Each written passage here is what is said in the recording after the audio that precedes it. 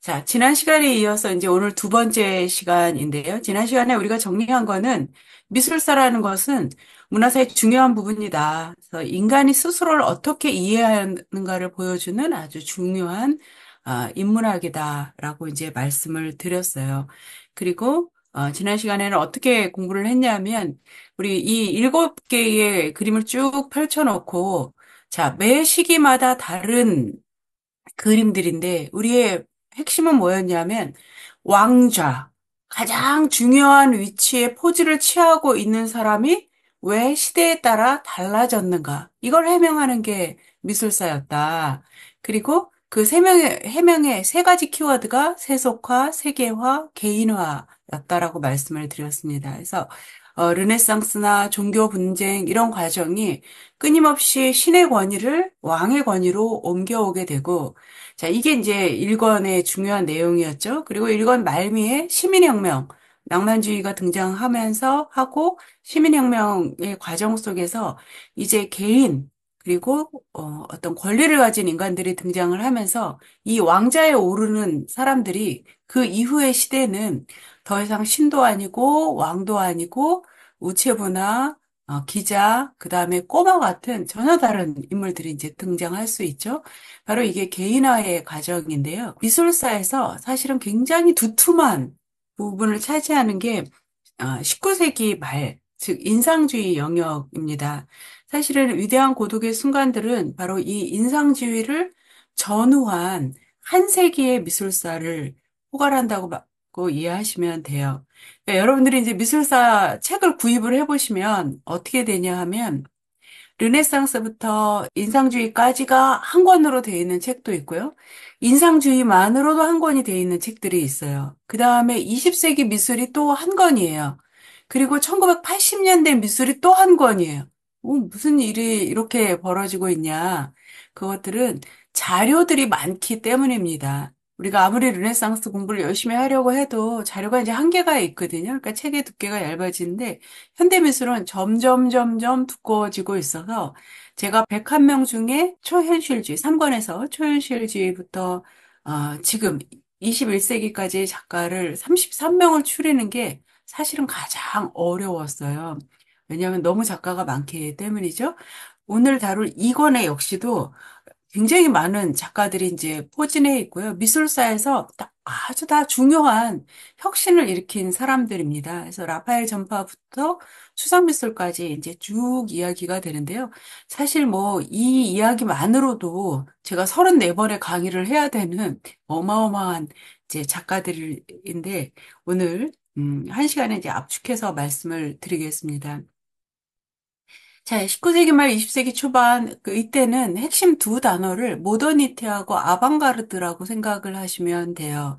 근대성이라는 것이 정립되는 시기이고, 예술가들의 자아는 이제 명백히 남들이 하지 못하는 그것을 내가 하겠다라는 아주 전투적인 태세를 갖추고 있죠. 군사 용어를 써서 아방가르드라는 용어를 그대로 사용을 하게 되는데요. 그러다 보니까 어떤 일이 벌어지냐 하면, 자, 나는 이걸 하겠어. 나는 너희와 달라. 나는 전통과 달라. 나는 새로워. 라는 식의 경쟁이 아주 치열해져요. 그러니까 처음에 라파엘 전부터 바로비정파, 사실주의, 인상주의 쭉 나가서 추상미술까지 가면 정말 미술 사조가 어떻게 되냐 하면 미술 사조의 수명이 옛날에는 르네상스 200년이고 바로코 100년이고 이런 식이었거든요. 그다음에 이제 신고전주의 50년, 낭만주의 30년이었는데 이제는 미술 사조가 자고 나면 일어나면 새로운 미술 사조가 이제 생기는 그런 시대가 되었습니다. 자, 근데 이 시대를 포괄하면서 제가 어떤 제목을 붙여야 될까 책을 쓰면서 아마 좀 낯선 제목이었을 거라고 생각이 들어요. 일권의 인간다움의 순간들은 미술사에서 인간다움을 찾는 거겠구나라고 이제 쉽게 이해가 되셨을 텐데요.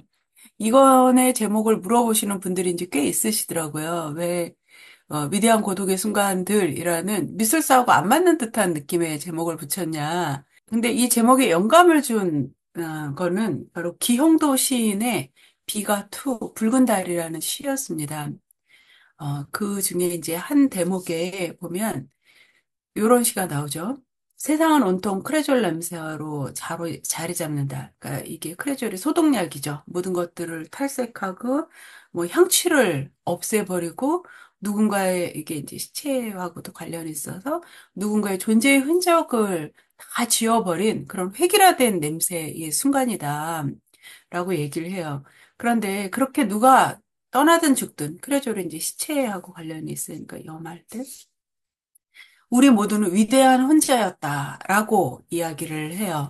저는 이 구절이 굉장히 감동을 받았거든요. 혼자라는 게 고독하고 뭔가 어두운 이제 구석들이 있는데 그거를 기영도 시인은 위대했다라고 이야기를 하더라고요.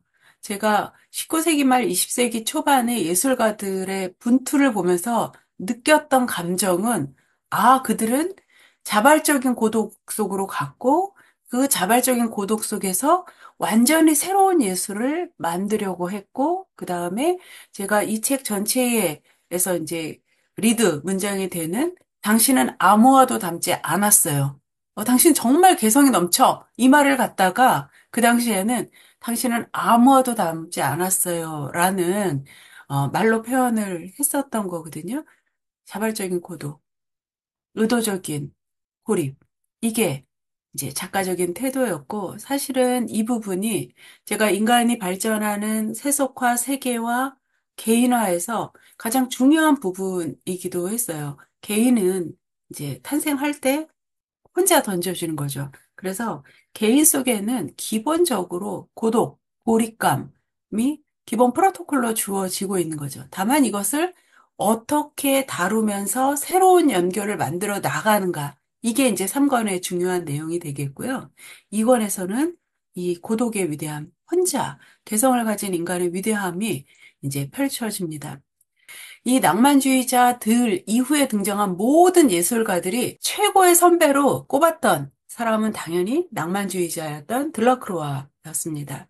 그런데 이 들라크로와의 낭만주의 유산이 그대로 쉽게 뭐 옛날처럼 들라크로와처럼 그려야지 따라 그려야지 뭐 이런 식으로 끝난 게 아니에요.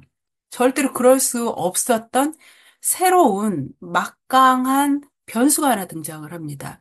이게 미술사에 아주 충격적인 일이 돼요. 미술의 존립 자체를 흔든다라고 생각을 했던 미디어의 등장이 바로 사진의 등장입니다.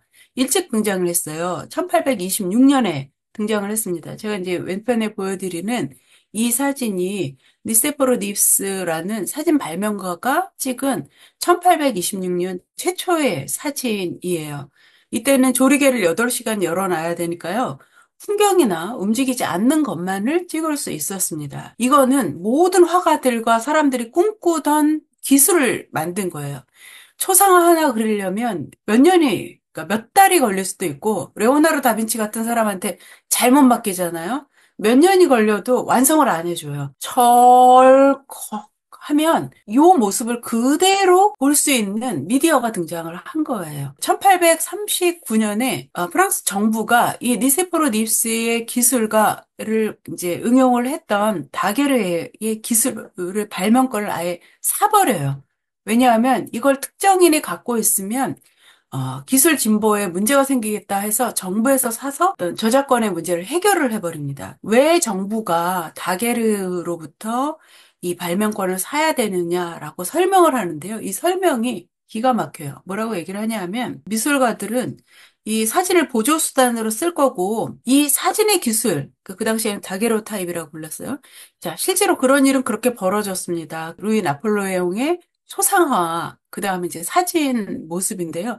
여러분들 얼마 전에 영국의 찰스 3세 취임식 보셨어요? 그 취임 사진을 한번 검색해 보세요. 제가 그 사진을 보다가, 안 되겠다, 이거. 이거 반다이크 불러야 돼. 그랬어요.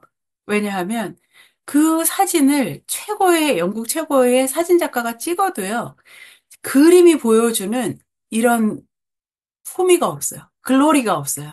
영광이 없습니다. 사진이라는 것은 굉장히 제한적일 수밖에 없고, 그 다음에 제가 이렇게 보여드리는 건 굉장히 잘못 보여드리는 거예요. 왜냐하면 윈터halter의 이 초상화는 전신대, 등신대 크기이고요.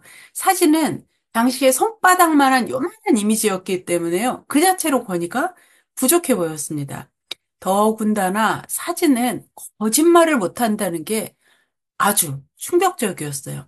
이 루이 나폴레옹 이제 3세죠. 나폴레옹 3세가 자기 아들을 데리고 사진을 찍어주려고 갔어요. 조랑말 위에, 안전대 위에 4살 된 아기를 꽁꽁 묶어놓고 사진을 찍었어요. 자, 이때 아버지의 생각은 뭐였냐면 내가 쿠데타를 일으켜서 이제 왕이 될 건데, 왕이 됐는데, 그러면 네가 다음 왕인데, 너가 왕자로서의 멋있는 모습을 남겨야지. 이렇게 생각하고 사진을 찍어준 거예요. 옛날에 왕자들은 어떻게 그려졌냐면요. 이거 벨라스케스가 그린 발테사르 카를로스 왕자의 기마상이에요. 제가 이 그림 보고 뭐라 그러냐면 이거 아동학대라고 얘기를 해요. 이렇게 4~5살밖에 안 된 애를 이렇게 기립하는 말 위에 올려놓는 거 말이 돼요? 안 돼요? 이거 거의 목숨을 거는 너무 위험한 일입니다. 그림은 너무나 넉살 좋게 그럴듯하게 거짓말을 할 수 있고 사진은 어떻다? 거짓말을 하지 못한다예요. 이게 우리는 에이, 사진으로 뽀샵으로 다 거짓말 하지. 이제 이런 사람들이 돼 있지만요. 당시에는 어떠냐면 야, 지금까지 화가는 다 거짓말했어. 정모라도 다 거짓말이야. 이 사진의 진실성 앞에 다들 기함하게 됩니다.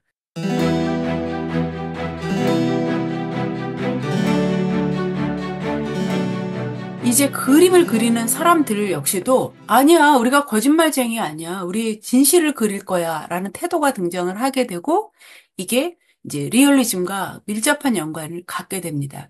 사진이 그림에 미친 첫 번째 영향은 바로 리얼리즘의 등장이에요. 1848년 혁명으로 이제 농민들이 투표권을 갖게 되면서요. 아, 우리가 살아있는 삶을 그려야 되겠다는 생각들이 더 많이 이제 강해지던 때였죠. 그리고 이 새로운 트렌드를 이끌었던 사람이 바로 꾸르베입니다. 자, 오르낭의 장례식이라는 아주 대작입니다. 이 작품은 오르세에 있는데요. 가로 크기가 6m, 거의 7m에 가까워요. 어마어마한 크기의 그림이잖아요.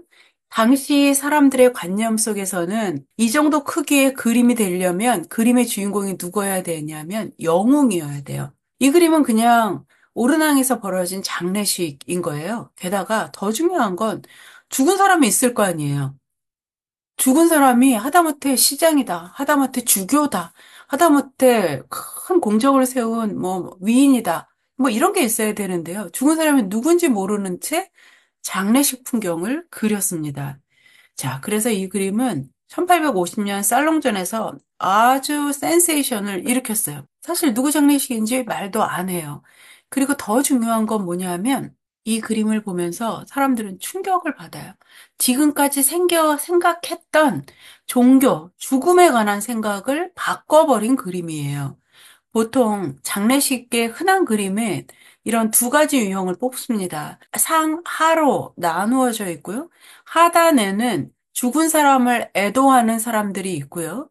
상단에는 죽어서 심판을 받기 위해서 하늘로 올라간 하트를 그리는 게 일반적인 장례식, 죽음과 관련된 그림인 거예요. 그래서 지금 오르가스 백작이 죽어서 그의 영혼이 지금 하늘로 올라가서 예수님의 심판을 받을 것이다. 이때 성모와 그 다음에 세례 요한이 그의 편을 들어줘서 그가 얼마나 훌륭한 사람인가를 옹호해 줄 것이다. 이제 이런 관념이 있는 거예요. 그러니 이 그림이 엘그레코가 이 오르가스 백작을 그렸을 때 이 당시만 해도 사람들은 뭘 믿는 거예요? 내세를 굳건히 믿고 있는 겁니다. 그리고 내세가 현세의 사람들의 삶을 좌우하는 거죠. 쿠르베의 그림은요, 아예 포맷이 달라졌어요. 가로 포맷으로 뚝 잘라갖고 위에 등장해야 될 하늘 자체가 없는 거예요. 이 장례식, 엘그레코가 그린 그림 속에 장례식에 참석한 사람들은 하늘을 쳐다보면서 울면서 같이 호소를 하거나 예수님을 향해서 너무 무서운 벌을 내지 말으실 것을 용서해달라고 빌거나 아무튼 한쪽은 죽은 시신을 한쪽은 하늘의 심판을 바라보는 이런 구조인데요. 쿠르베의 그림 속에 장례식에 등장하는 사람들은 정말 냉정하기 짝이 없습니다. 아, 이 사람들이 진짜 애도를 하는 건가? 아니면 각자 무슨 세법이 있는 건가? 싶을 만큼 아주 세속적인 모습으로 그려져 있어요. 쿠르베는 정말 자기가 이 그림에 관해서 뭐라고 얘기를 하냐 하면, 아, 사실 그림에 도대체 누가 죽은 거냐? 내가 장례식에 와서 부주도 하고 울고 있는데 누군지 나 좀 알려다오 그랬더니 쿠르베가 뭐라 그러냐면, 낭만주의를 매장한 거야 라고 얘기를 했어요. 자, 이게 바로 아주 아방가르드적인 태도입니다. 아방가르드 예술가들의 특징은 뭐냐면 전 세대들을 정확하게 겨냥해요. 자, 전 세대들은 A였기 때문에 나는 뭐가 된다? 그의 반대인 B가 되겠다라고 얘기를 하는 거예요. 그 전 세대들이 다 땅에 발을 못 붙이고 뭔가를 자꾸 추구하고 멀리 떠나려고 그러고 세상을 좀 더 초월적인 것이 있다고 자꾸 얘기를 하는데 내가 보기엔 그런 거 없어. 삶에는 우리에게 주어진 게 전부야. 라고 이야기를 하죠. 그리고 사실 이 시대, 이 꾸르베이 이 그림이 굉장히 중요한 게 정책적으로 이때 프랑스 정부에서 세속화를 강화시켜요. 그래서 그 전까지는 프랑스의 모든 교육은, 하게 되면서 세속화가 이제 박차를 가하게 됩니다. 이것들은 굉장히 다양한 파장에서 말씀드릴 수 있는데요. 이 사진이 일으킨 파장은, 제가 책에도 상세하게 쓴 것처럼 꾸르베의 삶도 완전히 흔들어 버렸습니다. 지금 보시면 여기 있는 요 사람이 이제 꾸르베로 지목이 됐는데요. 어떤 상황이냐면 1870년에 71년에 파리 고민이 일어납니다. 보불 전쟁에서 너무나 이 앞에 보셨던 이 나폴레옹 3세가 전쟁은 일으켜놓고 아무것도 책임지지 않고요. 정말 너무나 쉽게 포로가 되고 그냥 독일 측에 유리한 협상에 사인을 해버려갖고 거기에 반발하면서 파리 코문이 일어난 거죠. 그러니 나폴레옹 3세의 삼촌인 나폴레옹 1세가 서 있는 이 방돔의 타워라는 것들이 이제 공격을 받게 됩니다. 그래서 여기 있던 동상이 떨어져서 누워 있는데요. 안타깝게도 이 파리꼬민이 이제 또 진압이 곧바로 돼 버렸어요. 그 다음에. 그리고 이 조각상을 파괴한 사람들을 색출하기 시작을 합니다. 이제 체증된 사진이 된 거죠. 물론 이 사진을 찍은 브루노 브라케는 이 사진을 기념사진으로 찍은 거예요. 그런데 이제 어떻게 돼 버렸냐면 이게 증거물이 됐어요. 왜냐? 사진은 진실을 말을 하니까요. 그리고 여기 보시면 이 모자를 쓴 아주 짙은 수염을 가진 이 사내가 누구라고 사람들이 너무 쉽게 특정을 한 거예요. 바로 누구냐 하면 짙은 검은 턱수염과 콧수염을 자랑하고 있던 바로 꾸루베라고 모두들 이야기를 하기 시작합니다. 그래서 꾸루베가 어떻게 되냐 하면은요, 결국 어마어마한 벌금에 처해지게 돼요. 징역도 6개월 동안 살고 견딜 수 없는 벌을 받게 돼갖고요. 결국 망명을 하게 됩니다. 근데 여기에 이 사진에 등장했다고 해서 꼭 꾸루베가 이 조각을 파괴한 범인도 아니었는데요.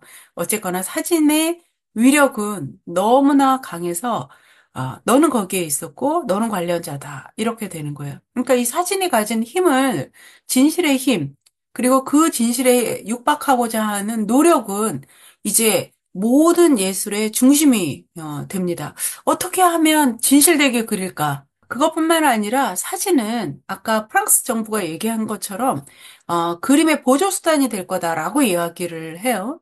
자, 근대 미술의 가장 중요한 작품 중에 하나가 마네의 이 올랭피아입니다. 누워있는 비너스의 결정판이다라고 이야기를 해요. 맨 처음 등장한 거는 지오르지네의 누워있는 비너스. 그 다음에 그 제자인 티치아노의 우르비노의 비너스. 이런 것들처럼 끊임없이 침대 위에 벌거벗고 누워있는 여자를 누워있는 비너스라고 부른 거예요. 왜냐하면 이 여자가 비너스가 아니면 너무나 퇴폐적인 상황이 돼버리기 때문에요. 누워있는 비너스란 도상이 이제 이 티치아노를 통해서 완성됐다라고 이야기를 하는 거죠. 자, 그리고 이 그림들은 뭐 여러분들 잘 아시다시피 관음증을 위한 그림이다. 이렇게 이제 다 미술사에선 정리가 됐어요. 근데 똑같은 도상을 그렸는데 마네는 엄청나게 비난을 받았어요. 더 재밌는 건 뭐냐면 지금 제가 아래 보여드리는 이쪽에 바다 위에 누워있는 비너스는 카바넬이라는 화가가 그린 건데요. 이 카바넬이 그린 비너스와 마네가 그린 비너스가 올랭피아가 제작 연도가 같아요. 똑같은 1863년에 그려졌고 똑같이 살롱전의 출품이 됐는데요.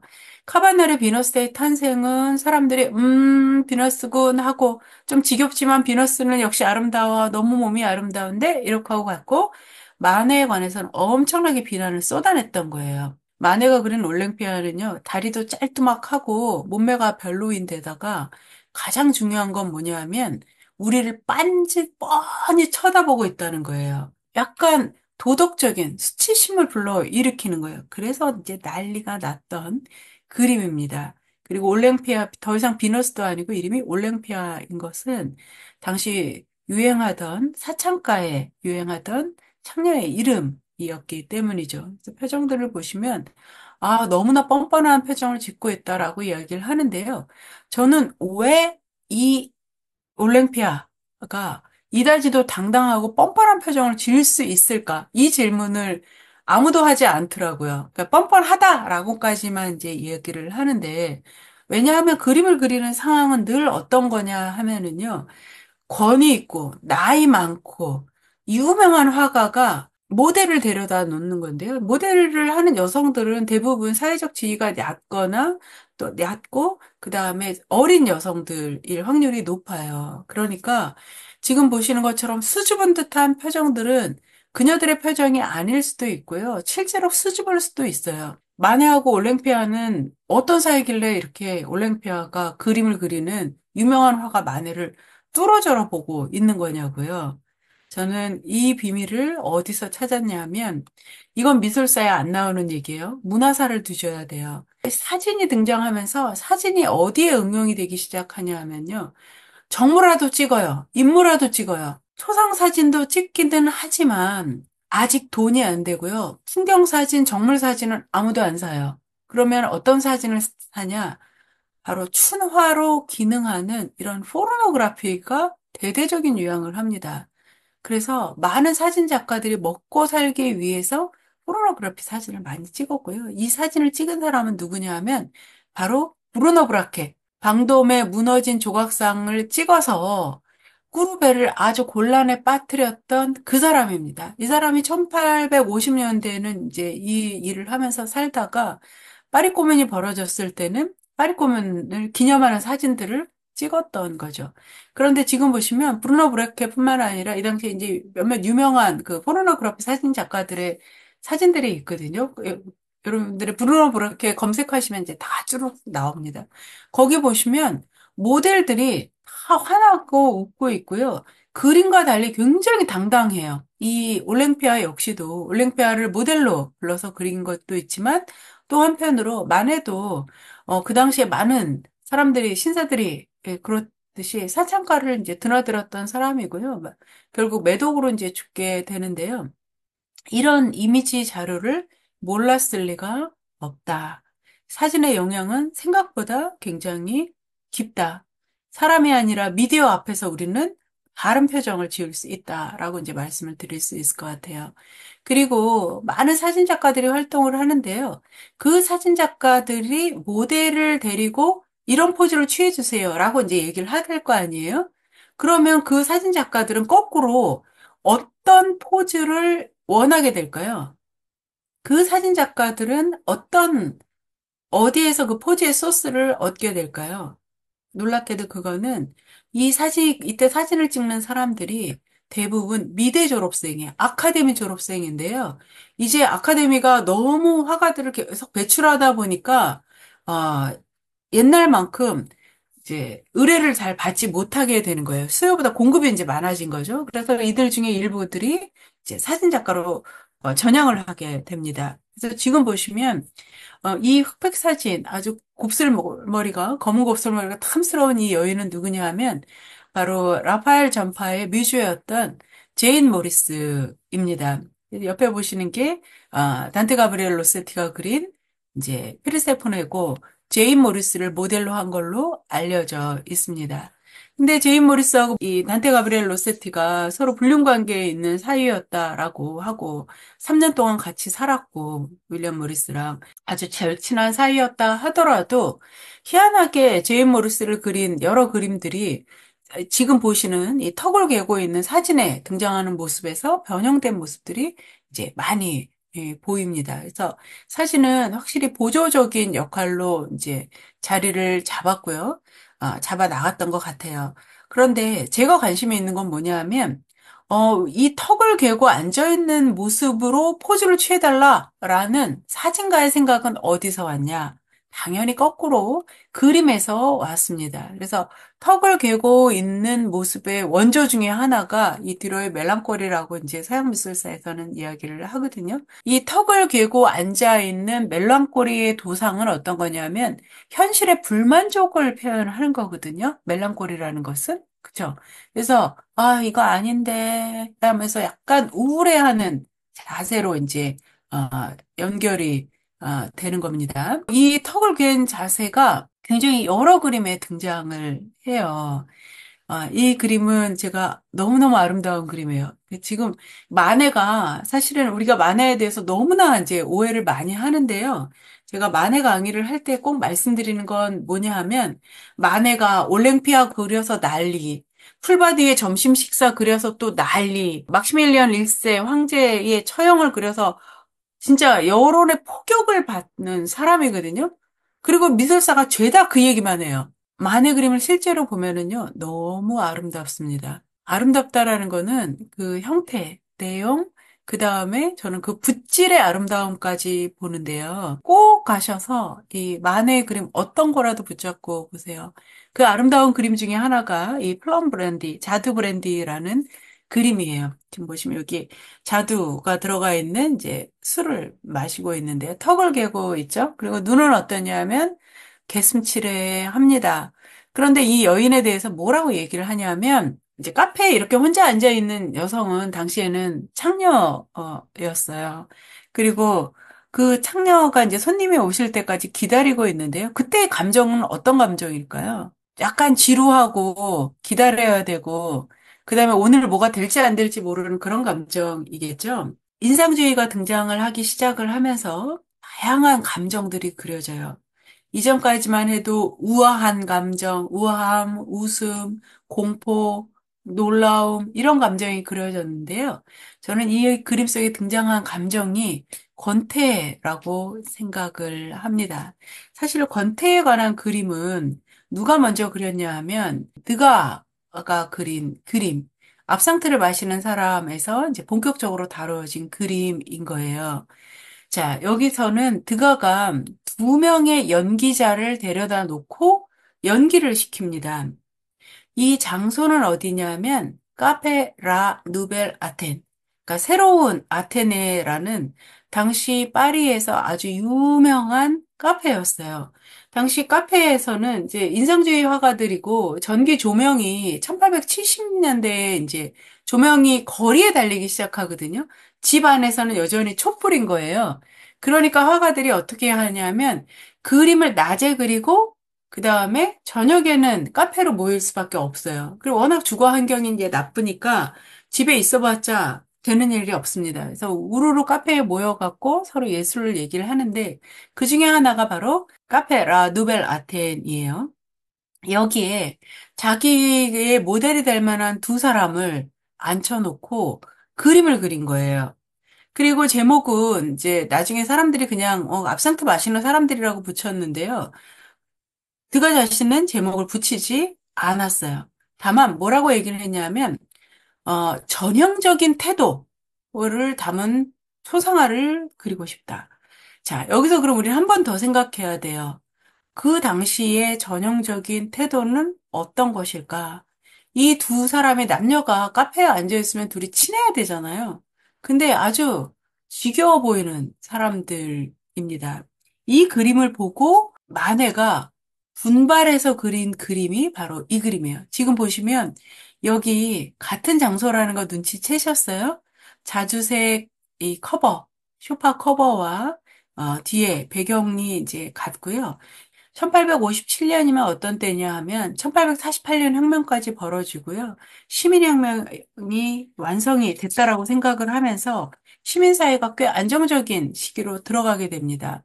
한때는 낭만적으로 뭔가를 갈구하고 뭔가 새로운 거를 만들겠다고 분투하고 있을 때는 느끼지 못했던 감정을 안정된 사회에서 사람들이 느끼기 시작하는 거예요. 바로 그게 뭐냐면 권태입니다. 지겨운 거예요. 모든 것이 안정되고, 근데 그 안정됨이 즐거운 게 아니라 판에 박힌 듯이 돌아가고 있다라는 생각이에요. 그래서 이때 미술뿐만이 아니라 문학에서 가장 많이 이야기됐던 것 중에 하나가 스노비즘입니다. 속물이에요. 야, 진짜 본질은 다 빠지고 뭔가 이렇게 있는 척만 하고 지겹다 지겨워. 이런 얘기들을 이제 하게 되죠. 자, 그러면서 지금 사진이 육박해와 모든 것들은 안정적으로 되어간 것 같아. 그리고 사진을 통해서 화가들이 긴장을 하기 시작합니다. 만약에 사진 찰컥 찍을 수 있는 것만을 그린다는 거는 무의미한 일인 거거든요.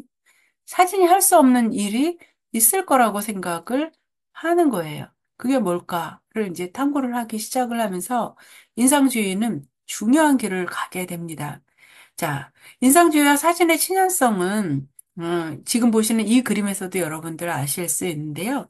인상주의의 가장 중요한 화가 모네가 그린 그림입니다. 카푸신가예요. 그러니까 더 불바르데스 카푸신스 이렇게 되어 있으니까요. 여기 보시면 카푸신 대로에 이렇게 사람들이 이제 많이 모여 있는 거예요. 당시에는 사람들이 도시에 이렇게 몰려 있는 것도 너무 볼거리인 거예요. 메가폴리스. 20세기, 19세기 말 20세기 초반에 메가폴리스의 등장 역시도 자본주의의 발전에 아주 중요한 순간이기도 합니다. 그거를 구경하는 사람들을 모네는 그렸어요. 그래서 옆에 보시면 여기 아래쪽에는 카푸신 거리에 사람들이 모여 있는 장면이고요. 그 다음에 여기에는 바로 옆 건물 베란다에서, 발코니나 베란다에서 몸을 이렇게 빼고 구경하고 있는 두 신사가 있습니다. 근데 재밌는 거는요, 이 신사가 몸을 빼고 있는 요, 여기가 어디냐? 인데요. 여기가 바로 사진 스튜디오를 운영하는 나다르의 스튜디오입니다. 그래서 당시에 나다르가 굉장히 인물 사진으로 이제 독보적인 존재였고, 많은 셀럽들의 사진을 찍은 사람이거든요. 아주 번성했습니다. 그래서 이런 대로에 3층에 그의 스튜디오가 있고, 그 3층 스튜디오에서 구경을 하는데요. 인상주의자들, 젊은 예술가들이 이제, 살롱전이 아닌, 하도 살롱전에서 거절당하니까 살롱전이 아닌 곳에서 이제 전시를 하고 싶은데요. 전시 공간을 구할 수 없었을 때, 나다르가 내 스튜디오에 와서 전시를 하렴 하고 젊은 작가들에게 이제 공간을 빌려줬어요. 그래서, 사진과 인상주의라는 것은 아주 밀접한 연관이 있는데요. 자, 사진이 발전하면 할수록 화가들이 생각하는 거는 사진이 할 수 없는 일을 하겠다예요. 그리고 마침내 모네는 인상주의의 가장 중요한 작품을 하나 그립니다. 하나가 아니죠. 시리즈를 그리게 되죠. 바로 루앙 성당입니다. 1893년부터 4년 사이에 한 30여 점을 그려요. 지금 보시면 의도적으로 구도를 다 같게 하고 색깔만 다르게 한 거예요. 매일 같은 자리에 와서 똑같은 그림을 그리고 있습니다. 자, 우리가 이제 르왕상당, 어떻게 생겼길래 그래? 라고 보시면 이렇게 생긴 것이고요. 이 르왕성당은 프랑스의 되게 중요한 성당이에요. 중요한 특징 중에 하나가 뭐냐면 양 옆에 탑이 있는데요. 이 모네가 그린 부분은 파사드 부분입니다. 이 부분을 이렇게 그린 건데요. 이 성당의 핵심은 파사드가 아니라 양 옆에 종탑이 다르게 생겼다는 거예요. 비대칭으로. 이게 보통은 대칭인데 비대칭으로 생겼기 때문에 만약에 루앙성당의 특이점, 루앙성당의 역사에 관심 있는 사람은 이것까지 다 그려야 돼요. 그런데 모네는 어떻게만 했다? 바로 이 부분만 그린 거예요. 그러니까 관심사가 전혀 달랐던 거죠. 모네는 어떻게 생각을 했냐 하면 빛에 따라 색이 달라질 수가 있다. 사진은 이걸 포착 못한다라고 생각을 했던 것이죠. 그리고 빛에 따라서 색이 달라지는 것은 그 순간의 진실을 눈은 알 수 있다. 그리고 그 눈의 진실을 그려야 된다라고 생각을 한 거예요. 그래서 처음에 모네는 이제 캔버스를 두 개를 마련을 합니다. 그래서 흐린 날 하나 그리고 밝은 날 하나 그려야지 했는데 이게 아침에 다르고, 점심에 다르고, 저녁에 다른 거예요. 봄의 아침이 다르고, 여름의 아침이 다르고, 겨울의 아침이 다른 거예요. 그러니 루앙성당은 놀랍게도 매일 볼 때마다 달랐기 때문에요. 모네는 이 그림을 계속 그릴 수밖에 없었습니다. 자, 그러다 보니까 완전히 악무안에 빠지게 됐죠. 자, 그러면서 이제 미술사에서 어떤 그림이 어떤 개념이 등장하냐면 시리즈라는 개념이 등장을 해요. 그 전까지는 동일한 구도를 놓고 색깔만 다르게 그리는 그림은 존재할 수가 없었어요. 그런데 이제는 구도는 동일하고 색깔이 모든 다른 그림들이 시리즈로 등장할 수 있게 됩니다. 그래서 루앙성당 시리즈, 건축 시리즈, 포플라 나무 시리즈 등 다양한 시리즈 등을 이제 여러분들이 보실 수가 있게 됩니다. 그런데 중요한 건 여러분들 이 제가 15개의 그림을 보여드리는데요. 왼편부터 1, 2, 3, 4, 5, 6, 7, 8, 9, 10, 뭐, 15번. 이렇게 할 때, 이 중에 제일 아름다운 그림이 어떤 거라고 생각하세요? 네. 요럴 때 대답하시면 안 되는 거 아시죠? 함정이죠. 어떤 게 아름답다고 특히 아름답다고 말하기 어려워요. 왜냐하면 각각이 다 아름답거든요. 여기서 나는 이 그림이 좋아요. 저는 이 그림이 따뜻해서 좋습니다. 이렇게 말하는 건 뭐예요? 다 주관적인 선택인 거예요. 객관적인 법칙에 맞춰지지 않고 나의 주관에 의해서 선택할 수 있는 것. 이 예술적 주관성이야말로 모더니즘의 가장 중요한 지표가 된다라고 모더니즘이라는 책을 썼던 피터 게이가 이야기를 합니다. 이 루앙 성당에 대한 객관적인 정보를 갖고 그것을 그리려고 한다면 그 사람은 그림 하나만 그리면 돼요. 그런데 매 순간 변화하는 루앙 성당의 모습을 그렸던 거는 볼 때마다의 느낌이 달랐던 거고요. 그 느낌의 다름을 매 순간 다름을 우리는 이제 주관성이라고 얘기를 하게 됩니다. 그 안에는 평화가 있고 그 안에는 조화가 있고요. 그 안에는 배제하지 않는 어울림이 있어요. 그 모습을 사람의 모습으로 바꿔보면 바로 르누아르의 이 그림이 될 거예요. 식당에 지금도 이 식당이 있습니다. 식당에 이 프레네즈 가문이 운영하는 프레네즈 레스토랑에서 식사를 하고 있는 모습 13명의 모습을 그린 건데요. 이 사람들이 재밌는 거는 다 누가 누군지를 식별할 수가 있어요. 지금 여기 강아지를 어르고 있는 요 꽃모자를 쓴 예쁜 여자는 누구냐 하면 나중에 이제 르누아르가 결혼을 하게 될 알린느 샤리고고요. 직업은 뭐였냐면 재봉사였어요. 아직 샤넬, 뭐 입생 로랑 이런 사람 등장하지 않을 때여갔고요. 이 당시에는 상류층의 옷을 만들어주는 재봉사들이 아주 인기 직업이었습니다. 알리느 샤리고고요. 그 다음에 이쪽에 나시 티셔츠를 입고 있는 사람은 누구냐면 알폰스 프로네즈 주니어입니다. 이 식당의 아들이죠. 이 사람들을 다 특정을 할 수 있는 것도 너무 신기하죠. 그리고 더 중요한 건 뭐냐면 이 그림이 의미하는 바입니다. 여러분들, 한국에서 이런 모임이 가능할까요? 재봉사와 식당 주인과 전 시장과 기자와 화가와 편집자와 공무원과 배우들과 이렇게 어울리는 자리가 있을까요? 한국 굉장히 폐쇄적인 사회가 돼서 아파트 단지별로 뭐 담을 친다 뭐 이런 얘기 굉장히 많이 들잖아요. 아, 이거는 이 역사적인 순간을 그린 거예요. 그 뒤로도 그 이후로도 있지 않았던 아주 중요한 순간입니다. 공간적으로 시민혁명이 얼마 전에 끝난 파리의 특수한 상황이기도 했고, 이 시기의 특수함이기도 했어요. 시민혁명이 막 끝나서 여전히 우리는 이제 같은 시민이야 이런 의식을 갖고 있을 때의 모습이죠. 저들에게 균열을 일으키는 사건이 곧 일어납니다. 바로 뭐냐 하면 1894년에 있었던 드레푸스 사건이에요. 드레푸스가 이제 유대인이다, 독일 간첩이다라고 이제 누명을 썼는데요. 드레푸스를 둘러싸고 반유대주의 흐름들이 등장을 하면서 미술계도 크게 갈라집니다. 그래서 이 그림을 그렸던 르누아르하고 드가는 반드레프스, 그러니까 유대인 혐오주의자가 되고요. 모네나 까이보트나 이런 사람들은 이 피사로 이런 사람들은 이제 그게 유대인을 그렇게 탄압하면 안 된다 이런 식으로 이제 드레프스를 옹호하는 에밀 졸라 편에 쓰기도 합니다.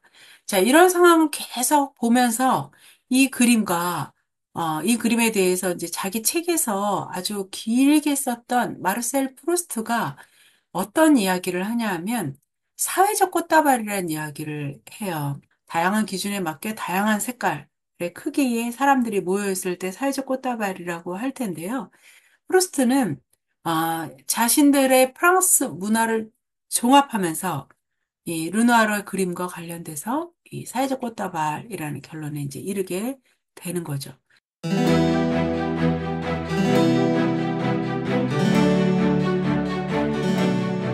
자, 이런 흐름 속에서 이미 르누아르 그림 속에 너무나 개성이 강한 사람들이 각각의 중요한 역할들을 하고 있었기 때문에 이제 이 문화에서 개인이 그림의 독자적인 주인공이 되는 것은 너무나 당연한 일입니다. 그 시민 중에 한 사람인 우체부 조셉 룰랭이 이번엔 권자에 오른 거죠. 그리고 이 그림을 고흐가 그렸다는 건 아주 의미심장한 일이라고 저는 생각을 합니다. 우체부 룰랭은 아주 당당하게 의자에 앉았어요. 요 7명의 앉아있는 사람 중에요. 아마 요시토마 나라는 그 룰을 알았는지 몰랐는지 모르겠어요. 근데 몰라도 상관은 없습니다. 권좌에 오른 여러 명들이 있는데요. 세 사람은 발끝까지 그려졌고, 세 사람은 무릎까지 그려졌어요. 이 아기 고양이는 예외입니다. 여기에 아주 중요한 룰이 있어요. 무슨 룰이 있냐면, 왕족들은 발끝까지 다 그려요. 의자에 앉을 때. 시민들은 다리를 무릎 위까지만 그리는 전통이 있습니다. 그래서 렘브란트는 자기를 왕으로 그렸을 때 자기가 출신이 계급적으로는 시민이었기 때문에요. 그 룰은 깨지 않은 상태로 왕의 옷을 입은 시민으로 그렸던 겁니다. 지금 롤랭 역시도 어떻게 등장하냐 하면 무릎 위까지만 그린 모습으로 등장을 하고 있어요. 그리고 이 롤랭의 초상화를 그리면서요. 정말 고흐가 굉장히 편지를 잘 쓰잖아요. 그게 태호한테만 쓴 게 아니라 굉장히 여러 사람들에게 다양한 이제 편지를 씁니다. 특히 이 그림은 굉장히 많은 영감을 받았기 때문에요. 여동생에게, 그 다음에 친구 에밀 베르나르에게, 그 다음에 테오에게 다 편지를 보내는데요. 이렇게 씁니다. 누이 동생에게는 나는 지금 노란과 푸른색 제복을 입은 우체부의 초상화를 그리고 있다. 근데 그 사람이 약간 소크라테스를 닮았다. 이렇게 얘기를 해요. 여러분들 소크라테스가 어떻게 생겼는지 혹시 기억하세요? 조각이 남아 있는데 소크라테스는 잘생기지 않기로 유명합니다. 뭐 그리스 사람들 대충 잘생겼을 것 같은데 이 룰랭하고 이제 굉장히 고흐가 친했어요. 친한 첫 번째 이유는 뭐냐 하면 고흐는 모델을 구하기가 너무 어려웠어요.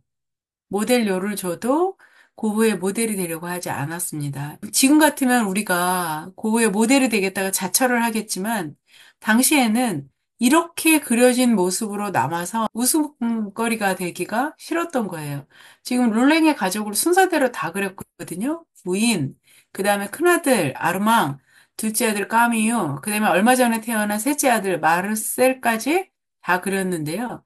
지금 동생들은 뭐가 뭔지 몰라서 그냥 앉아 있는데 아르망은 아빠가 시켜서 왔지만 너무너무 불만스러운 이제 표정으로 앉아 있는 것만 보셔도 알 겁니다. 모델을 구하기 힘들었던 고흐에게 룰랭은 기꺼이 모델이 되어줬어요. 그리고 모델이 돼서 앉아 있는 사이에 둘이 얘기가 너무너무 잘 통합니다.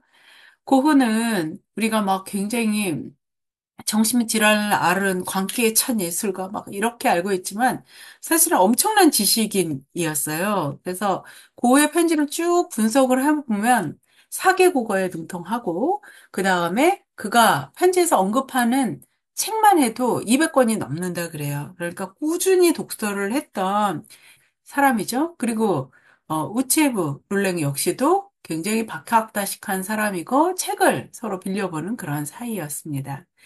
베르나라에게도 굉장히 이제 좋은 우체부 초상화를 그리고 있다라고 얘기를 하거죠. 그 다음에 나중에는 테오에게는 뭐라고 하냐면 이 우체부의 초상화가 나의 본령이라고 이야기를 해요. 그는 한 시민에게서 그렇죠? 그 시민에게서 삶의 주인이 되고 있는 한 사람, 철저히 하고 있었던 거죠. 그래서 룰랭을 어떻게도 그리냐 하면 정면상으로도 그리는데요. 웬만해서는 이런 정면상으로 인물을 그리는 게 보통 일이 아니다라고 말씀을 드렸는데요.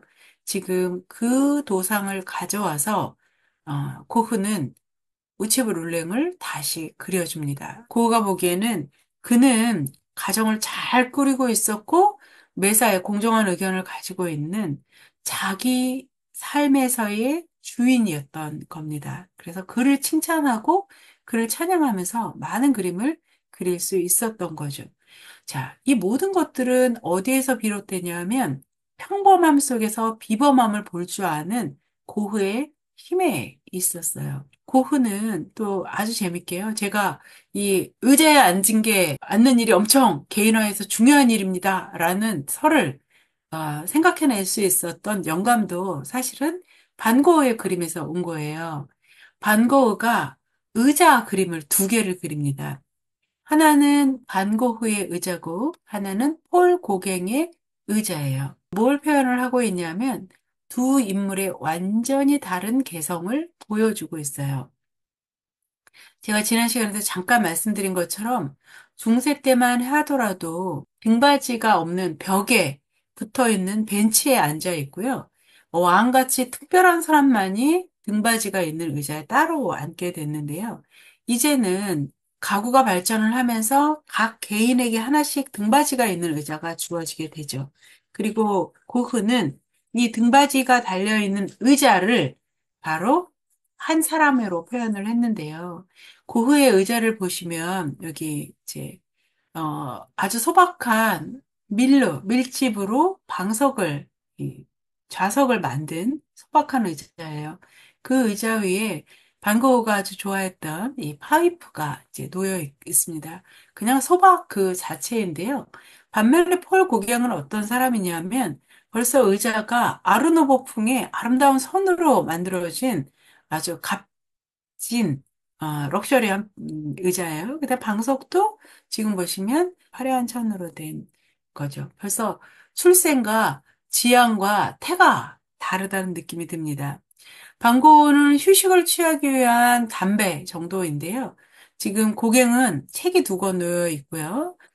있어요. 그러니까 고갱은 굉장히 고갱 역시 박학다식하고 그다음에 아는 체를 많이 하는 사람으로 유명하잖아요. 여기 촛불이 두 개가 있는데요. 반 고흐는 어떤 사람이냐면 우리가 고갱과 고흐의 불화를 잘 알고 계시잖아요. 두 사람이 아를르에서 만나서 함께 살면서 이제 작업을 하기로 했는데, 안타깝게도 두 작가가 정말 모든 게 달랐어요. 성격도 다르고, 성격이 다른 거는 오히려 부차적인 거고요. 가장 많이 다른 거는 예술의 지향이었어요. 반 고흐의 그림들을 쭉 살펴보면 의자, 낡아 빠진 구두, 그다음에 우체부, 그다음에 농민들 다 흔하고 평범한 것들을 그려요. 반 고흐는 그런 흔하고 평범한 것 속에 진리가 있다고 생각을 했어요. 폴 고갱은 어떠냐 하면 지금 아르르에 와서 이러고 있을 시간이 아닌 거예요. 고갱의 마음은 어디로 가 있어요? 저 머나먼 타이티에 가고 싶어서 애를 태우고 있습니다. 내가 여기서 이런 시골에서 이러고 있을 때가 아니야. 이렇게 생각을 하는 거죠. 왜냐하면 콜 고갱은 상징주의자인 나비파를 이끌었던 사람이고요. 그는 세상의 본질, 더 새로운 세상으로의 진출, 세상의 비의 숨겨진 거대한 뜻을 보여주는 게 화가의 임무라고 생각을 했어요. 그러니 반 고흐가 함께 그리자 그러는 카페의 여주인이라든가 아를레 평범한 농촌을 쳐다보고 있는 것만으로도 너무 괴로웠던 거죠. 그는 자기 예술을 통해서 사람들을 각성시키고 싶어 했어요. 그래서 그게 그림 속의 촛불로 형상화 되어 있었습니다. 자, 지금 인상주의와 관련해서 제가 아주 중요한 작품을 말씀드리고 있는데요. 모네의 이 루앙 성당 시리즈, 그 다음에 루누아르의 선상 파티 위의 점심이라는 이 작품이 하나는 건물을 그린 거고 하나는 사람을 그린 것처럼 보이지만 기본으로 통하는 정신은 저는 같다고 생각을 해요. 이 그림 중에 어느 것도 우열을 찾을 수 없듯이 르누아르의 그림 속에서도 가까이 앉아 있는 사람과 멀리 있는 사람들이 있지만 등장하지 않아도 되는 사람은 없는 거예요. 그 정신, 모두가 사회적 꽃다발로 그 꽃다발을 이루는 꽃들 하나하나가 중요하다는 생각은 반 고흐의 해바라기에도 담겨 있다고 생각을 해요. 물론 이 여기에서는 다양한 꽃이 아니라 해바라기 하나, 한 종류가 담겨 있어요. 고갱이 고흐하고 친구가 됐던 이유도 하나가 뭐냐면 이유 중에 하나가 고갱이 고흐의 이 해바라기 그림을 칭찬했기 때문이에요. 자, 그래서 고흐가 아주 인정받지 못하던 시절에 누군가가 내 그림을 칭찬했다는 얘기를 듣고 힘을 얻어서 이제 해바라기 그림을 여러 점 그리게 되죠. 이 고흐의 해바라기 그림이 정말 대단하잖아요. 많이들 좋아하시죠. 근데 그 이유가 뭐냐면 같은 해바라기라도 그림 속의 해바라기는 다 다르게 그려져 있어요. 어떤 해바라기는 지금 어리고 어떤 해바라기는 꽃을 다 피우고 이제 씨를 연그러 가고 있고요. 어떤 해바라기는 더 이제 씨만 남은 쪽으로 가고 있고요. 어떤 해바라기는 아직 전성기를 보내고 있어요. 50여 가지가 넘는 뉘앙스의 노란색을 발견할 수 있다고 그래요. 고흐가 했던 것은 하나하나의 해바라기의 다름과 아름다움을 강조하고 싶었던 거죠.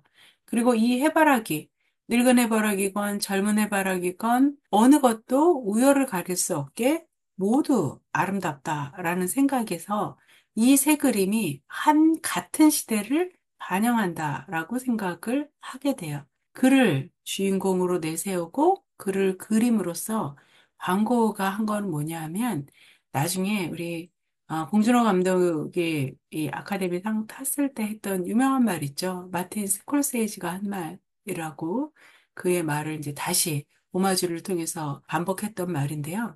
가장 개인적인 것이 가장 창의적인 것이다. 라는 말은 반 고흐, 그리고 그 시대부터 이제 시작이 됐던 거죠. 그리고 그 시대의 언어로는 뭐라고 얘기를 했던 거냐면 당신은 아무와도 닮지 않았어요. 그래서 그게 엄청 힘들 수도 있지만 또 예술에서는 엄청난 자산이 되기도 했던 거죠. 반 고흐는 딱 19세기 말까지의 사람입니다. 거기서부터 조금 더 지나가면 이제 미술계, 문화계는 어떻게 되냐 하면은요. 바로 세기말이라는 것에 직면하게 돼요. 이 서유 유럽의 세기말은 두 얼굴을 가지고 있었어요. 한편으로 뭐냐 하면 그것은 벨 에포크, 아름다운 시대였어요. 식민지로부터 많은 재화가 들어와서요. 흥청망청하고 진짜 미의 왕국을 추구할 수 있을 만큼 화려한 삶을 살 수 있었어요. 그렇게 화려한 부만으로 사람이 사라지는 게 아니거든요. 그 부의 원천이 근원적으로 어두웠고 언제 이게 끝날지 모른다는 불안감이 동시에 느껴지던 시대였어요. 특히 나라 사정에 따라서 불안감이 더 짙게 느껴지던 나라가 있었는데 어디였냐면 바로 오스트리아였습니다.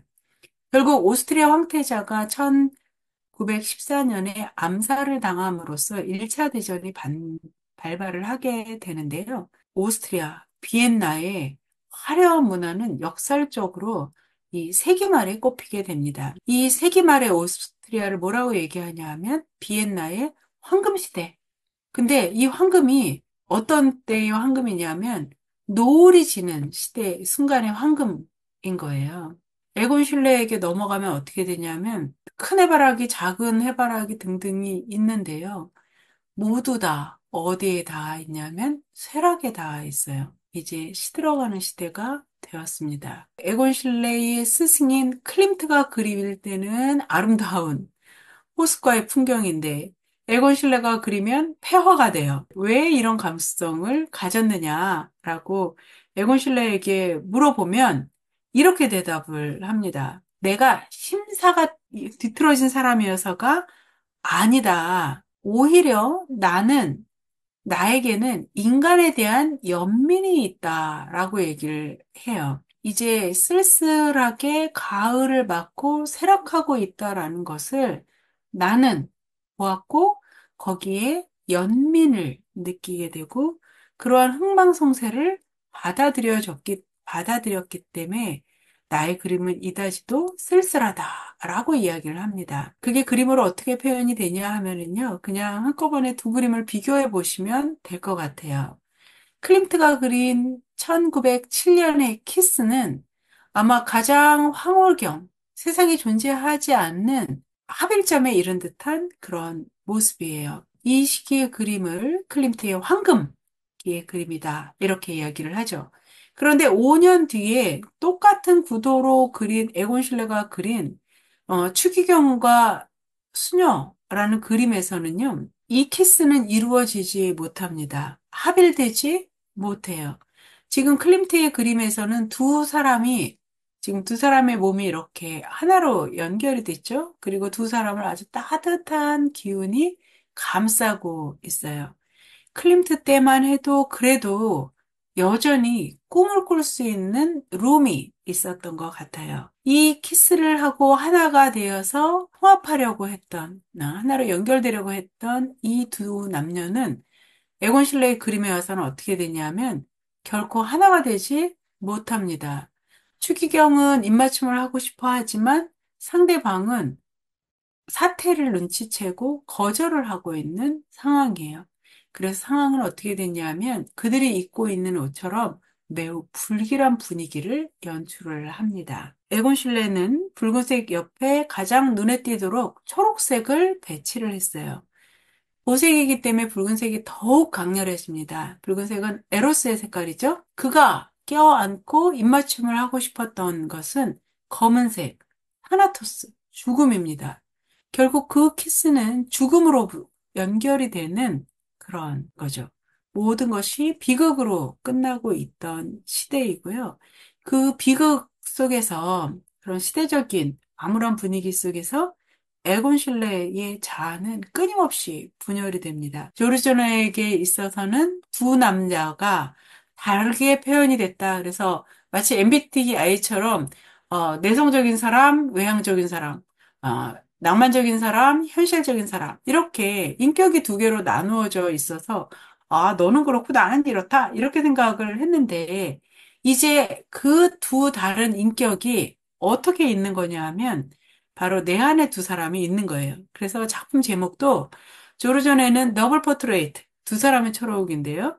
초상화인데요. 에곤 슐레이는 더블 셀프 포트레이트예요. 이중의 자화상인 거예요. 하나는 사회에 수능적이고 뭔가 다정다감한 측면이 있다면 또 다른 자아는 끊임없이 거부하고 금기에 불만을 품고 있는 반항적인 모습을 취하고 있습니다. 그리고 에곤 실레가 나중에 이제 그 유화도 그리고 대작들도 많이 그리긴 하는데요. 제가 보기에 에곤 실레의 진짜는 어디냐면 이런 드로잉들에 있습니다. 자, 이 에곤 실레가 내 안에 내가 또 있어. 이중이야. 라고 말을 할 때 그 하나는 뭐냐면 의식과 무의식, 이성과 본능으로 나눈 거예요. 그래서 지금 보시면 이런 자위를 하는 듯한 그런 모습으로 자신을 그리는데요. 이것들은 거절할 수 없는 자신의 리비도에 관한 이야기가 됩니다. 그래서 1913년의 자화상의 제목은 프리처, 설교가이거든요. 그런데 그는 자신의 붉어진 성기를 바라보면서 연설을 하는 거예요. 그러니까 종교적이고 관념적인 그런 설교를 하는 게 아니라 우리에게 본능이 있다라는 것들을 부각시키고 그것이 인간의 모습일 수밖에 없다라고 설득을 하는 듯한 모습입니다.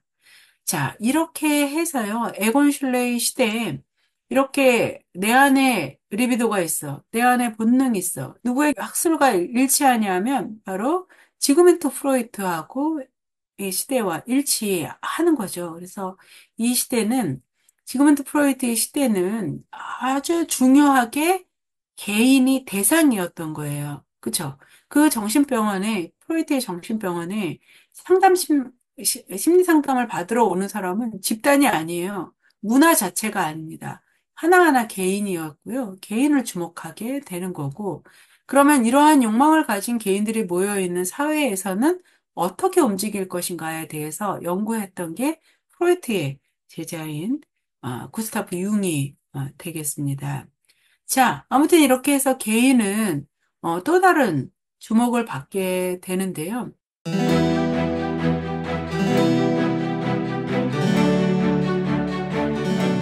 심리학이 발전을 하게 되면서 사람들은 자신의 감정을 더 세분화해서 말할 수 있게 됐고요. 심리학이 발전을 하면서 이것은 정신질환, 병이고 치료의 대상이 됐습니다. 그걸 보여주는 게 지금 뭉크의 그림이에요. 1906년 뭉크의 자화상입니다. 여기 있는 이 얼굴이 빨간 사람이 뭉크 자신입니다. 얼굴이 빨개진 이유는 분명하죠? 앞에 와인잔과 빈 접시가 있는데요. 1906년 뭉크는 어떤 상황이냐 하면은요. 그동안의 모든 나쁜 사랑이 파탄에 이르렀어요. 특히나 1902년에 있었던 똘라 라르손의 권총 저격 사건에 이어서 그 다음에 1904년에 에바 무도르치하고 이제 헤어지게 되면서요. 너무나 많은 이제 사랑의 상처를 받게 되고 그의 불안정한 자아가 폭발을 하게 돼서 어떻게 됐냐 하면 늘 지금 자기가 글에 썼던 것처럼 거의 알코올 중독 수준에 가까워졌습니다. 그래서 그 다음에는 자발적으로 정신병원에 가요.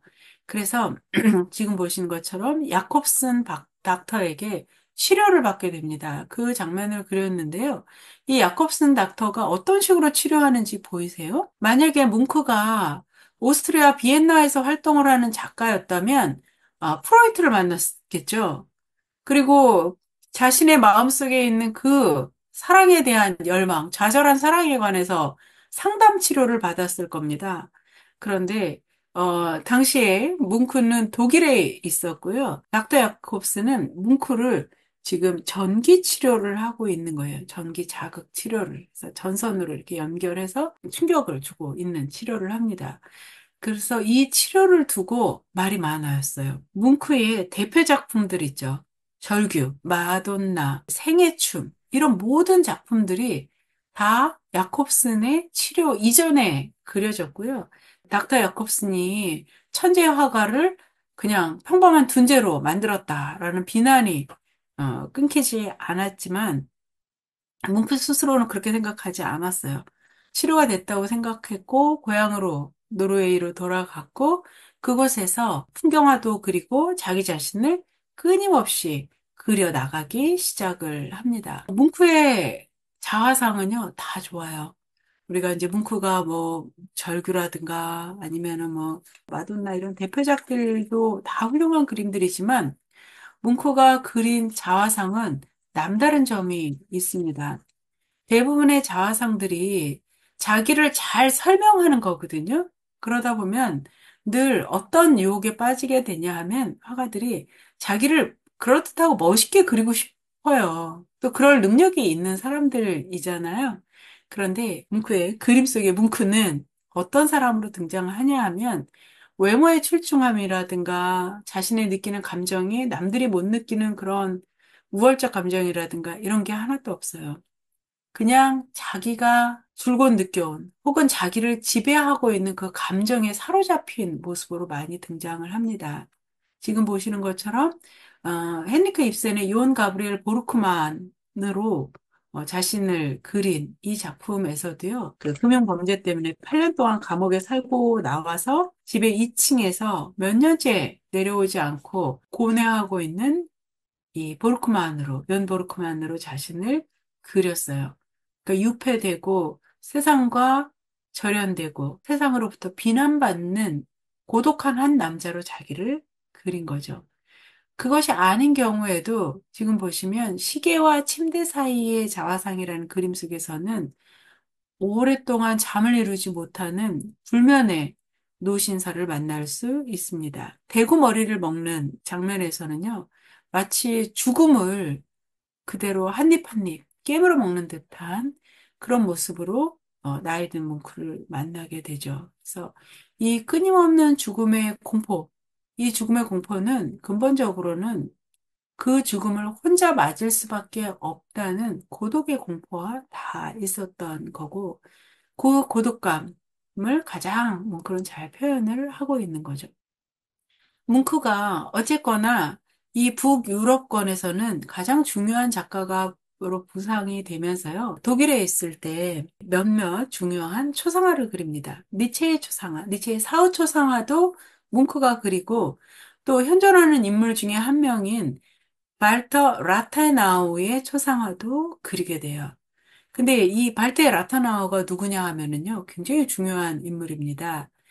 발테 라타나우가 우리가 이제 그 독일 가전제품 중에 요즘은 삼성하고 LG에 밀려서 독일 가전제품도 별거 아니다. 뭐 이렇게 생각하실 수 있는데 AEG라는 그 브랜드가 있어요. 이 창업자의 아들입니다. 그러니까 굉장히 부유한 사람이죠. 그리고 나중에 외무부 장관이 됐던 사람이에요. 그런데 이 사람이 언제 죽냐 하면 1922년에 죽습니다. 이게 언제냐 하면 1914년부터 1918년 동안 1차 대전이 벌어지게 되잖아요. 독일이 참전을 했다 패전국이 됩니다. 어마어마한 그 전쟁 보상금을 물게 되는데요. 그 조약이 라팔로 조약입니다. 거기에 외무부 장관으로서 사인을 했어요. 자, 그런데 암살을 당하게 됩니다. 굴욕적인 조약에 사인을 한 외무부 장관이어서 암살당한 것이 아니라 굴욕적인 조약을 한 유대인이기 때문에 암살을 당한 거예요. 세기말에는 이 세기가 이렇게 끝날 수도 있다라는 세기말 감성이 굉장히 넘쳤었는데요. 이제 1900년이 되면서 어떻게 됐냐면 다시 과학을 믿고 낙관의 시대가 펼쳐졌어요. 그런데 서구 사회는 이해할 수 없는 과열한 경쟁과 폭력의 시대로 접어듭니다. 자기네들도요, 그 제국주의로부터, 그 식민지로부터 들어오는 그 무수한 재화가 자기네를 건강하게 하지 않는다라는 걸 알고 있었던 것 같아요. 그런데 제국주의라는 의식이 없었던 그 시대는 어떤 식으로 생각을 했냐면 이 위기를 해결하는 유일한 방법이 폭력밖에 없다. 전쟁이 우리를 정화할 것이다라는 황당한 생각을 하게 됩니다. 그래서 많은 사람들이 전쟁에 동의하고 예술가들도 미래주의자 중에 일부, 표현주의자들의 일부들이 전쟁에 적극적으로 참여를 하게 됩니다. 그리고 그 전쟁의 참여의 결과는 뭐냐면 어마어마한 죽음이었죠. 자, 1차 대전이 1918년에 끝나는데요. 여러분들 아시다시피 그게 그냥 전쟁으로 끝난 게 아니에요. 그냥 뭐 우리 이제 그만 싸우자 해서 휴전해서 끝난 게 아니라 끝날 수밖에 없어서 끝났는데 그 끝남의 가장 큰 이유가 뭐냐 하면 바로 스페인 독감의 창궐입니다. 여러분, 우리 팬데믹 기간 동안에 스페인 독감이 어땠는지, 이야기들 많이 들으셨죠? 자, 이 모든 전선에서 군인들이 독감으로 이제 쓰러지게 되는데, 각 나라 정부에서 발표를 하지 않는 거예요. 왜냐하면 전력이 상실됐다라고 말하는 것과 똑같으니까요. 근데 1차 대전에 끼지 않은 스페인에서 발표를 합니다. 지금 유럽에 어마어마한 독감이 돌고 있습니다. 그래갖고 난데없이 이제 스페인 이름을 따서 스페인 독감이 됐는데요. 우리의 뭉크도 스페인 독감을 걸립니다. 죽을 뻔했다고 생각을 했는데 살아났어요. 그래서 스페인 독감을 앓고 난 후에 자화상을 이렇게 그려요. 이제 나이가 굉장히 많아졌죠. 56세니까 당시 생각으로는 노인에 가까운 나이인데요. 그가 병을 앓고 난 뒤에 노인이 입을 떡 벌리고 우리를 바라보고 있는 모습으로 자화상을 그렸어요. 그의 전성기 때 그렸던 절규 속의 이 남자를 떠올리게 합니다. 전쟁의 폭력뿐만 아니라 질병의 폭력까지 이어지면서요. 우리 에곤 실레도 일가가 이 스페인 독감으로 이제 세상을 떠나게 되는 안타까운 상황을 맞게 됩니다. 폭력이 증대하고 혐오가 계속 늘어나고 있는데요. 한편으로는 돈이 쌓이면서, 부가 쌓이면서, 부가 적절하게 분배되지 않으면서 기이한 현상들이 계속 벌어지게 됩니다. 그리고 지금 보시는 것처럼 세상을 이렇게 눈으로만 보는 것들은 온당하지 않다. 눈으로 보이는 게 전부가 아니다. 이런 생각들이 이제 많이 퍼져나가기 시작해요. 그 이유 중에 하나가 바로 지금 보시는 프로이트의 이론에서도 우리가 눈에 보이는 게 전부가 아니라 그 사람의 무의식, 내면을 봐야 된다. 이런 얘기를 하고 있는 거잖아요. 그리고 또 이때는 어떤 시대냐 하면 물리학이 발전을 하기 시작하는 때예요. 그래서 양자역학이 서서히 발전하기 시작을 합니다. 그래서 분자를 더 쪼개서 보이지 않는 세계로 더 들여다보는 일들을 하게 돼요. 이 보이지 않는 세계에 대한 갈망, 보이지 않지만 우리를 움직이게 하는 어떤 본질에 대한 질문이 수상미술에서 본격적으로 시작됩니다. 20세기 초반에 1차 대전 전후로 해서 전에 이제 직전이죠. 전후까지 발전을 했던 게 수상미술이에요. 몬드리안, 칸딘스키, 말레비치입니다. 이 사람들의 국적이 굉장히 재밌었어요. 이런 질문을 던져야 할 수밖에 없습니다. 자, 몬드리안 네덜란드 사람인데요. 모든 네덜란드의 아주 낙후된 지역의 사람입니다. 그래서 여기는 아직도 중세적인 전통들이 많이 남아 있었고요. 아버지는 어, 교사였지만 굉장히 광신적인 사람이었어요. 그리고 칸딘스키, 말레비치 모두 러시아, 유럽의 변방이었습니다. 왜 변방의 사람들은 이렇게 추상미술에 경도되었을까? 방법을 먼저 말씀드리자면요. 그들은 수상미술이라는 거는 현실을 표피, 현실의 현상을 제거한 거거든요. 현실의 현상을 제거할 용기가 있었고, 그들이 직면한 현실은 제거해서 마땅한 현실이었어요. 반면에 같은 시기에 파리에서 활동을 하고 있던 피카소와 마티스는 입체주의와 야스파라는 아주 최첨단의 일을 하고 있었지만 현실을 절대로 한 움큼이라도 쥐고 있었습니다. 그래서 아니 도대체 이게 뭘 그린 거야? 라고 물어봐도 결국은 여자를 그린 거구나, 남자를 그린 거구나 알 수는 있었던 게 피카소와 마티스의 그림인데요. 지금 몬드리안, 간디스키, 말레비치는 완벽하게 추상미술에 다다르게 됐습니다.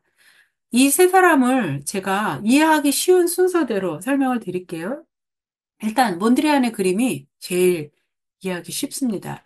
용어도 간단해요. abstract real이에요. 수상 현실이다라고 이야기를 하는데요. 이게 그의 방법이라고 이야기를 해요. 근데 우리가 추상이라는 말, abstract에서는 어떤 뜻이 있냐면 추출한다라는 뜻이 있어요. 예를 들어서 우리가 포도를 통째로 먹으면 포도에 줄기도 있고 껍질도 있고 씨도 있고 과육도 있고 그렇잖아요.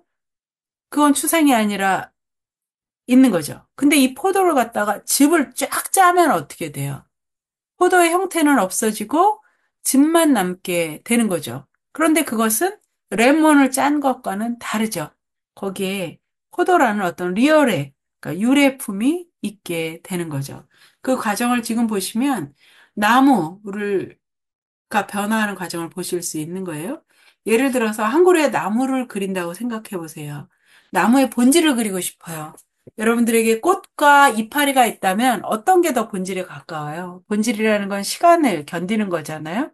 그러니까 꽃은 폈다 지는 거기 때문에 금방 지기 때문에 본질에 가깝지 않아요. 이파리도 마찬가지예요. 줄기와 가지에서도 잔가지들은 덜 본질적이에요. 그렇게 쳐 나가다 보면 어떻게 되냐면 가장 본질적인 형태, 다 지워지고 뭐가 남는 거예요? 나무 가지가 뻗어나가는 공식이 남게 되는 거예요. 법칙이 남게 되는 겁니다. 이게 바로 몬드리안이 추구했던 세계예요. 그래서 몬드리안은 세계를 계속 축출해요. 계속 추상화시켜서 나온 것이 지금 보시는 이 수평선, 수직선, 그리고 삼원색과 빨강, 노랑, 파랑의 삼원색과 흑백의 무채색, 기본이에요. 이것을 가지고 그림의 재료로 삼게 됩니다. 우리가 지난 시간에 원근법 이야기를 하면서 원근법은 수학과 관련이 있다. 수학은 이성적인 인간을 전제로 한다라고 말씀을 드렸잖아요.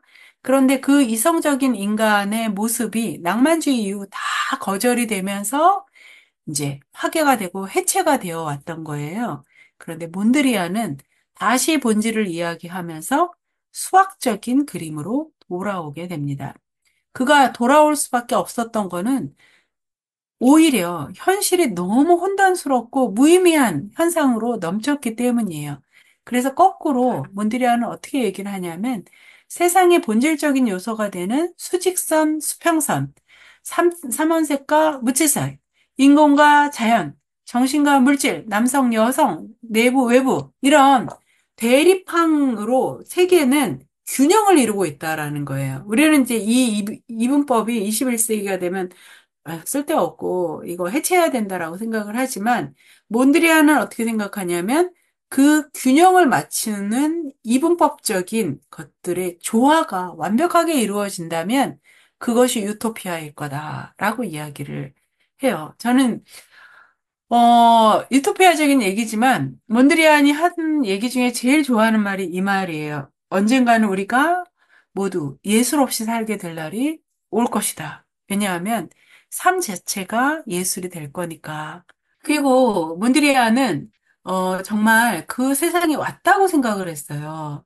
어디냐면 미국이 그런 나라라고 생각을 했어요. 그래서 지금 보시면 이게 이제 브로드웨이 부기인데요. 당시에 유럽이 두 번의 전쟁을 겪는 동안 미국은 완전히 새로운 신세계가 됩니다. 그리고 지금 보시면 이 브로드웨이 에브니와 스트릿이 아주 정확하게 교차를 하면서 이제 만들어내는 이런 뉴욕의 모습은 이 유럽의 꼬불꼬불한 중세적인 특징과는 완전히 거리가 먼 이성적인 도시로 보여주기도 해서요. 그런 그림을 그리기도 했습니다. 칸디스키의 추상화도요, 단계별로 발전을 해요. 어떻게 발전을 하냐면, 먼저, 인상, 즉흥, 구성이에요. 그러니까 여러분들 이 인상, 즉흥, 구성을 이해하기 위해서는 어떻게 해야 되냐면, 여기, 내가 있어요. 주체가 있어요. 우리 근대에서 가장 중요한 개념 중에 하나가 주관성이라고 얘기를 했죠. 내가 세상을과 어떻게 관계가 되느냐, 연루되느냐의 문제예요. 인상은 뭐냐면 인상주의의 인상 그대로입니다. 그래서 내가 어떤 사물로부터 받은 인상이에요. 그러니까 이때는 나보다 그 사물이 어떤 인상을 주느냐가 중요한 거죠. 객체가 더 큰 상태죠. 지금 그리신 이 칸디스키가 그린 이 그림은 어떤 거냐면 그 유명한 쉔베르크의 음악회에 갔을 때 일어난 사건을 그린 거예요. 검은 그랜드 피아노를 쉔베르크가 치고 쉔베르크가 정말 내용 없이 음악 형식만을 보여주는 신음악을 만드니까 욕설을 하고 난리를 치는 그 분위기를 만든 거예요. 그린 거예요. 그렇지만 칸디스키는 지금 그림에서 추상화를 지향을 했던 사람이기 때문에요. 아, 내용이 없는 그림이 가능하겠구나. 내가 받은 인상만 그리는 것도 가능하겠구나예요. 그 다음 단계가 이제 즉흥입니다. 즉흥은 어떤 거냐면 이게 이제 모스크바 시라고 하는 건데요. 물론 시처럼 보이기도 해요. 이제 대규모 단지에 아파트 같은 게 등장하기도 하고 양파 모양의 러시아 성당도 등장을 하는데 이 모든 것들이 혼돈 속에 흔들리고 있어요. 이건 뭐냐면 우리가 음악에서의 즉흥 교향곡 그런 거 있잖아요. 그런 것처럼 내가 어떤 대상으로부터 자극받은 바가 훨씬 더 많이 그려진 거예요. 그 다음에 마지막에는 구성. 입니다. 그래서 이때는 더 이상 어떤 형상도 들어오지 않고요. 세상의 본질적인 요소인 기하학적인 요소들이 나열이 된 것. 이게 이제 구성에 해당이 되는 거죠. 칸디스키도 여러 단계를 거쳐서 궁극의 그림인 이제 추상에 도달을 하게 되는데요. 몬드리안, 칸디스키의 이런 단계론적인 생각을 단 한 번에 거절한 것이 말레비치입니다. 말레비치는 1915년에 검은 사각형을 하나 딱 그려놓고요. 이것을 회화의 화장터다라고 이야기를 해요. 지금까지 루브르에 걸려있던 많은 그림들 다 태워서 없애버려야 된다. 그리고 그 화장터는 새로운 시작이다라고 이야기를 하죠. 그러니까 이 검은 사각형은 끝이자 시작인데요. 이 검은 사각형을 이해하기 위해서는 뭘 먼저 이해하셔야 되냐면 태양에 대한 승리라는 아방가르드 오페라를 이해를 하셔야 됩니다. 이 오페라를 본 사람은 정말 손에 꼽혀요. 왜냐하면 1913년에 이 아방가르드 예술 축제에 단 하루 상연이 됐고요. 그 다음에 1983년에 이게 이제 그 캘리포니아에 있는 칼 아츠에서 시연이 한번 됐었습니다. 이때 말레비치가 무대 디자인을 하게 돼요. 미래 사회에서 미래 인간들이 그 태양과 싸움을 합니다. 왜 태양과 싸우냐면 생각해보니까 만악의 근원이 태양이었던 거예요. 태양 때문에 빛이 있으니까 어둠이 생기고, 위가 생기고, 아래가 생기고, 그 문화가 생기고, 자연이 생기고, 남자가 생기고, 여자가 생기고. 그러니까, 이 몬드리안이 대립항의 조화를 이루어서 새로운 유토피아로 가자라고 생각을 했던 것을 말레비치는 어떻게 생각하냐면 그게 위계관계가 있으니까 그 위계관계를 깨야 된다라고 생각을 했던 거죠, 이 오페라는. 그래서 마침내 이막에서 태양을 잡아서 콘크리트에 가둬놓는 거대한 공간을 만든다라고 이야기를 합니다. 그 콘크리트를 가둬놓음으로써 어떻게 된다? 세상은 깜깜해졌고 완전히 다른 세상이 열리게 됐다라는 거예요. 거기에서 이 검은 사각형이 유래했다라고 합니다. 보통의 그림들이 벽면에 이렇게 나란히 붙어 있는데 반해서요. 모서리에 이렇게 양쪽에 걸려 있게 해야 된다라고 주장을 했어요. 이건 아주 중요한 이야기입니다. 왜냐하면 이건 이제 더 이상 회화가 아니라는 거예요. 이렇게 모서리에 걸쳐서 그림을 그리는 풍습은 러시아에 지금 보시면 요 초가 집에 나무로 된 집에 이 모서리에 그림이 이렇게 놓여 있잖아요. 이게 크라스니 오골이라고 해서 러시아 이코나를 거는 방법입니다. 즉 말레비치의 검은 사각형은 우리가 아는 페인팅이 아니라 이코나가 되고 싶었던 거예요. 그럼 페인팅과 이코나의 가장 큰 차이는 뭐냐? 페인팅은 대상이 있고 그것을 화가가 그리는 거예요. 칸디스키 이 그림의 노란색은 너무 따뜻하고 좋아. 아, 칸디스키 뭐 이 그림을 이따위로 그렸어. 이렇게 평가할 수 있는 거예요. 이코나는 어떤 거냐면 여기에 중요한 의미가 드러나는 것. 말레비치가 검은 사각형을 똑바로 잘 그렸네. 이렇게 평가할 수가 없는 거예요. 이거는 그 의미를 우리가 새겨야만 되는 그런 종교적인 대상물과 같은 겁니다. 자, 이 완전히 새로운 예술의 시작을 선언한 이 검은 사각형은 여러 변형을 거친 다음에요. 흰 바탕 위에 흰 사각형을 그리고 나서 공식적으로 종결이 됩니다. 이제 예술이 끝났고요. 말레비치에게 남은 건 뭐냐면 삶을 예술로 바꾸는 거예요. 자, 여기서 굉장히 중요한 말이 나오죠. 몬드리안도 완벽한 조화를 이루는 삶을 꿈꿨어요. 예술이 끝나고 삶이 시작될 거다라고 얘기를 했고요. 말레비치도 동일한 얘기를 합니다. 그래서 그 글을 추종하는 무리들과 함께 샤갈의 고향인 비테프스크로 내려가게 됩니다. 자, 말레비치와 그의 추종자들이고요. 그 다음에 여기 비테프스크 마을에 이 말레비치의 검은 사각형 이후에 등장한 절대주의의 도형들이 이렇게 막 붙어 있는 모습을 보실 수 있을 거예요.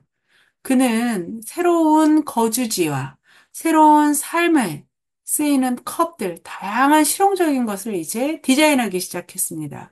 회화가 끝나고 디자인이 시작이 됐지만 안타깝게도 말레비치의 꿈은 곧 꺾이게 됐어요. 제가 표지로 썼던 이 불길한 예감을 남기게 됩니다. 자, 그의 꿈을 꺾은 거는 뭐냐 하면 바로 현실 사회주의였어요. 스탈린의 무도한 정책, 그리고 이 현실 사회주의에서는 다시 리얼리즘을 요구를 했습니다. 왜냐하면 필요죠. 그러니까 대중들은 쉽게 이해할 수 있는 리얼리즘적인 그림. 그 다음에 그들이 꿈꾸는 사회주의 삶이 눈앞에 닥친 것처럼 그리기를 원한 것. 그 다음에 또 하나는 이제 독재자의 취향인 것이죠. 그리고 더 중요한 거는 이런 아방가르드 그림들이 개성을 강조하고 있기 때문에요. 이걸 부르주아 개인주의라고 이제 생각을 했던 거죠. 이 날개가 꺾인 말레비치는 아주 크게 좌절을 하면서요. 앞으로 다가올 상황이 매우 불길함을 보여주는 그림을 그린 겁니다. 그래서 지금 보시면 우리가 이제 이게 눈, 코, 입은 없지만 이게 턱 부분이고 앞에 단추가 달린 루바시카라는 러시아 농민복을 입은 사람이라는 거를 아실 수 있어요. 지평선 높이 솟아있는 이 남자는 앞으로 닥쳐올 일에 대한 불길한 예감, 그리고 그것을 대체할 수 없는 개인의 고립감을 잘 표현을 하고 있습니다. 이 그림을 남기고 1935년에, 34년에 이제 그가 마지막, 자화상을 남겨요. 왜냐하면 이때부터 사회주의 리얼리즘이 공표가 되면서요. 아무리 추상화가를 했던 화가도 추상화를 더 이상 그려서는 안 되는 시절이 됐습니다. 그래서 지금 보시면 말레비치가 자기 모습을 어떻게 그렸냐 하면은요. 지금 입고 있는 옷이 좀 범상치가 않죠. 이게 1930년대 패션은 아닌 거예요. 이 옷은 바로 르네상스 시대의 복장인 거예요. 말레비치가 생각을 했을 때 예술가들이 가장 좋은 대우를 받았고 예술가들이 문화와 사회를 주도했던 시대가 르네상스 시대였기 때문에 그 시대의 옷을 입은 모습으로 그 시대의 화가의 포즈로 등장을 합니다. 가장 감동 깊은 건 뭐냐면 여기 조그만 사인이 보여요. 보이세요? 여기에 사인이 있어야 될 부분에 거기에 조그맣게 검은 사각형을 그려놨습니다. 검은 사각형은 그가 예술가, 그 다음에 인간에 대해서 새로운 시작을 알리는 부적과도 같은 그런 그림이었던 거고요. 1935년에 말레비치는 거의 화병으로 이제 세상을 떠나게 되죠. 그리고 사회주의 정부에서도 말레비치가 아주 골치가 아픈 거예요. 유명한 사람인데 칸딘스키는 이미 망명했고 샤갈도 망명을 한 상황이고 이 말레비치의 이 활동을 전시도 금지를 시킨 상황이었죠. 말레비치가 죽자 그 제자들이 아까 보셨잖아요.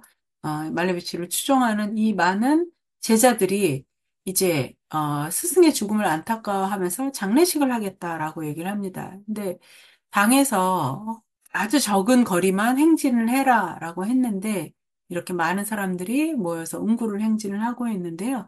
운구를 싣고 가는 차 앞에도 검은 사각형을 이렇게 장착을 하고 있습니다.